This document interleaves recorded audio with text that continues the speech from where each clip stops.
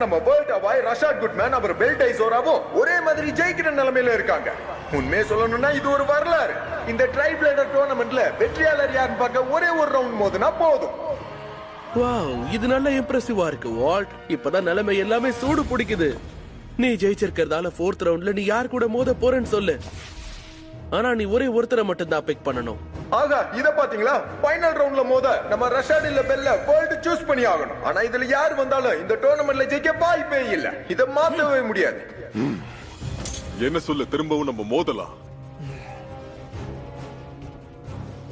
வேண்டாம், எது சொல்லாத, அமைதியா இரு வால்ட். என்ன விட்டா நீ ரொம்ப ஓவரா போய்கிட்டு இருக்கியே. நீ ஏன் கூட தான் பேட்டில் பண்ணி ஆகணும். இல்ல, என் கூட மோது. இப்போ என்ன பண்றது?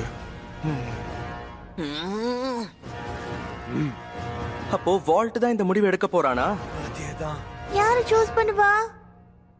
வால்ட்ரியாக், சரியா சொன்ன.